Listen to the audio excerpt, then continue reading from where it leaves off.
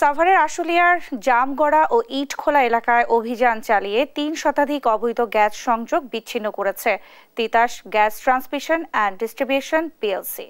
মঙ্গলবার সকাল থেকে বিকেল পর্যন্ত আশুলিয়ার জামগড়া ও ইটখোলা এলাকায় জ্বালানি ও খনিজ সম্পদ বিভাগের নির্বাহী ম্যাজিস্ট্রেট মিল্টন রায়ের নেতৃত্বে ২ কিলোমিটার এলাকা জুড়ে অভিযান চালিয়ে এসব অবৈধ সংযোগ বিচ্ছিন্ন ও আর্থিক জরিমানা করা হয়। এ সময় আর্থিক জরিমানাও করা হয় এবং অভিযানে অপ্রীতিকর পরিস্থিতি মোকাবেলার জন্য তিতাসের কর্মকর্তা সহ পুলিশ সদস্যরা উপস্থিত ছিলেন।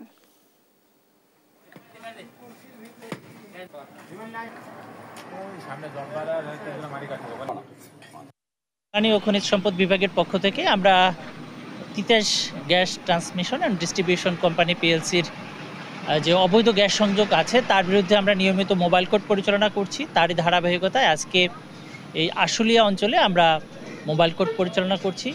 ইতিমধ্যে আমাদের এই অভিযানে ২ কিলোমিটার ব্যাপী আমরা লাইন উচ্ছেদ করেছি এবং প্রায় ৩০০ গ্যাস বার্নার